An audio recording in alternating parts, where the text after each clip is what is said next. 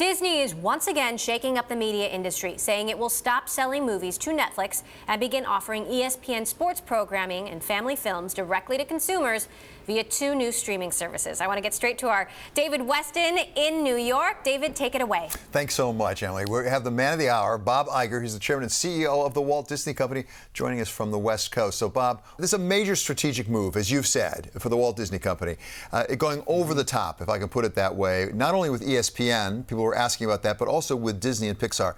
My question is, why now? Why not a year ago or a year from now? Well, we've seen a pretty dramatic shift in the way media is consumed. It's becoming more and more app-based. You just mentioned as it related to your 15-year-old son. I see it certainly with my kids and my grandkids. And a lot of the app-based consumption is done on over-the-top direct-to-consumer services. We've obviously got the great brands to be able to reach consumers directly because the brands are in demand and there's great passion for them. You need the technology to do that as well, and that's no easy task. It's not simple, particularly when it comes to streaming live sports where you have consumption at a very, very high level and it's all at once. So we bought a third of BAMTech a year ago. We had an option to buy control 4 years hence. We've accelerated our purchase of control so that we could move into the space at a faster pace, at a faster rate than we had initially anticipated because of the opportunity that we see in the marketplace. It's that simple. It's a combination of brands, technology, and consumer trends. So talk about the consumer for a moment, because I know the Walt Disney Company and you personally really focus on the consumer experience. At least initially, who is the target audience? Who do you think will use most often either this ESPN over the top or the Disney/Pixar? Well, you're looking obviously on the sports side at the sports fan and as the ESPN fan as well. Sports is still among the most popular programming that's out there. In fact, if you look at the 100 top rated TV shows in the United States last year, 94 were live sports. ESPN obviously provides a lot of live sports on its linear channels. This service will provide an additional 10,000 additional live sporting events in its first year of operation. So we're looking to reach the passionate sports viewer, this passionate sports fan that wants to be able to watch sports on mobile devices, on you describe as over-the-top direct-to-consumer services with really high-quality user interface. And essentially, that's what we're providing. On the Disney side, we've got a global fan base. They're passionate. There's a great affinity to the Disney and Pixar product. It's families, it's parents, it's kids, it's even teenagers and certainly grandparents. So we reach basically everyone, and it's worldwide. It's not just in the United States. There's a great thirst for a Disney-branded product today, and we're going to serve that fan well. As you say, particularly live sports programming has really been a mainstay of television for some time, going all the way back to broadcast television, and certainly everyone knows with respect to cable. Because of that, the cable distributors have been really reliant upon ESPN first and foremost. What do you expect the reaction to be from the cable distributors? Well, we're going to continue to distribute the ESPN linear channels through the cable distributors. They've been good partners of ours over the years, and together we've managed to create a highly profitable business. The distributors and the programmers alike have been experiencing the disruption that the whole market really is seeing and multiple businesses are seeing from advances in technology and changes of consumer behavior because of that, and we feel we have to react accordingly. My guess is that the distributors will look at this probably more as a threat than anything else. It's not intended to be that. What we're doing is we're reacting to marketplace conditions, and we're taking advantage of the quality of our brand, the passion in the product that we create, and the technology that enables us to reach consumers directly. You look at Disney's businesses, by the way, except for the theme park business, virtually all of our businesses touch the consumer through third-party distributors.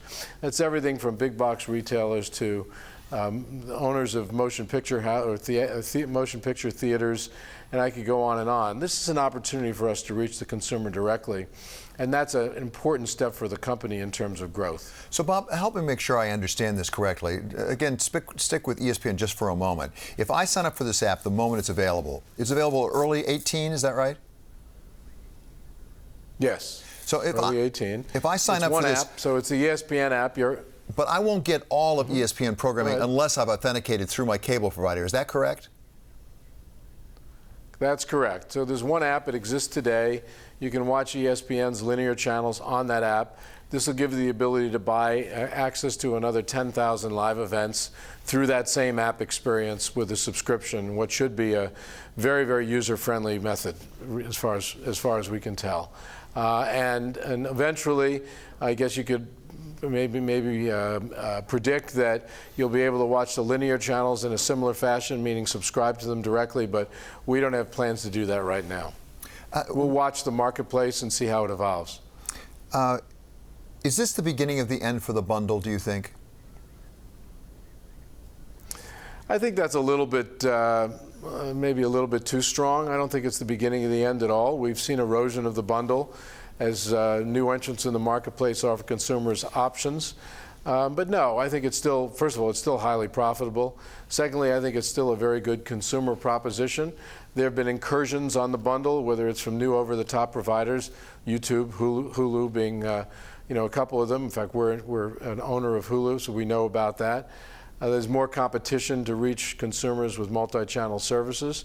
I don't think this is necessarily the beginning of the end, but I think it represents a continued shift in consumer behavior and the opportunity that technology provides us. So as you look at this landscape, which you know so well, what is this most like? Is this most like Netflix? You just mentioned Hulu. What is it most similar to?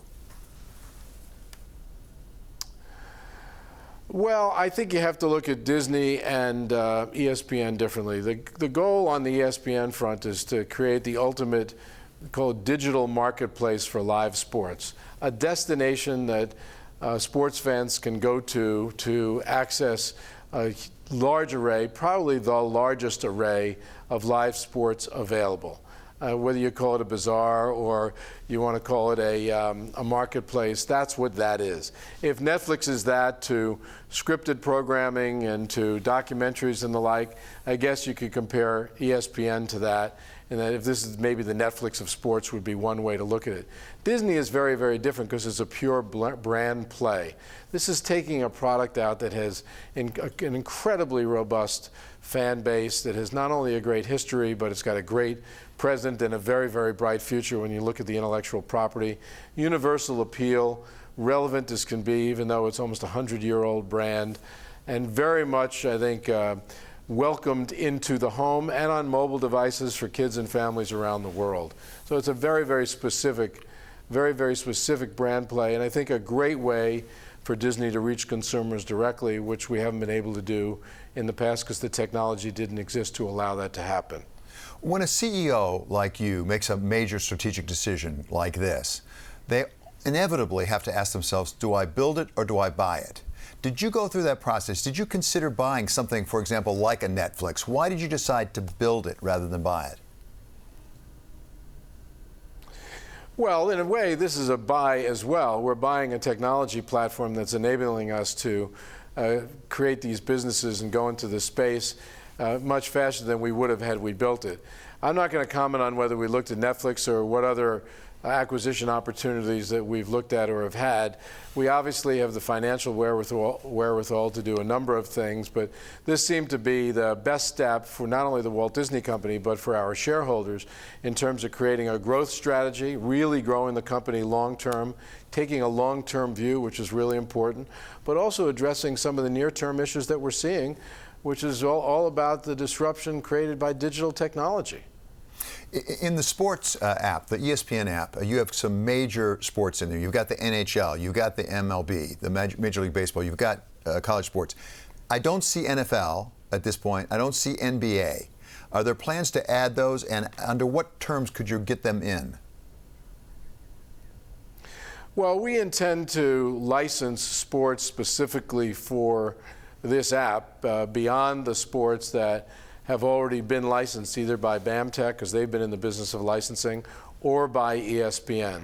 This creates an opportunity for us to monetize in more effective ways through subscription revenue as well as through advertising revenue, and in all the ways that a direct-to-consumer relationship can generate revenue. And so I think you can expect that this product will be in the marketplace to license more aggressively from basically multiple sports organizations, possibly even including the NFL and the NBA, where we have great relationships. I noticed in your release you said, and I'll quote here, that you plan to make significant investment in an annual slate of original movies, TV shows, short-form content for your Disney app. Are we talking about the sorts of investments we've seen from the likes of HBO, for example, or we've seen from Amazon, we've seen from Netflix? Well, I think you got to be careful there, because Netflix, I can't comment on what Amazon's been investing, but it's pretty widely known that Netflix has been investing billions of dollars in original content. They've done so very effectively.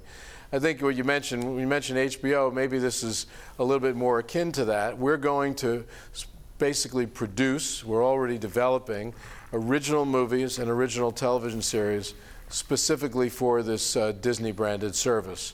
And it will be incremental investment to the investments we've been making in television and motion pictures in the past. So Bob, finally, let me ask you the big question. I think you started how old were you, 21 when you came to ABC? You've spent your entire career, quite an amazing career at ABC. 43. It's at 43 years ago. I wasn't going to do that to you. I wasn't going to count how many years it was. I was just going to say it was a lot. But looking at it now, with the sort of move you just made over the top, would you recommend to a 21-year-old son, because you have a son not far away from that, I think, would you recommend that he go into this business, go into this company the way you came into ABC and spend a career here? Well, absolutely. You know, we're one of the more attractive companies for people to work for, particularly college graduates. You know, those brands and that intellectual property and the reach that we have among consumers and the high esteem that people have for the Walt Disney Company and its various sub-brands, I think provides an unbelievably attractive and career for young people. There's a huge amount of potential here. You know, when you think about the company and you think about the world, we're about great storytelling, great branded storytelling, and you can't look at it in terms of how it's distributed in one time or the other. You have to look at basically the quality of the brands and the passion that people have for it and the opportunities that creates people who are managing to touch those brands from a career perspective. It's been great for me, and I would recommend, you know, my sons won't be able to work here until after I leave, but they'll maybe have that opportunity. I certainly would love that to happen. I don't think I'm going to see that, but. Okay. All right, Bob, thank you so much. That's Disney Chairman and CEO Bob Iger joining us.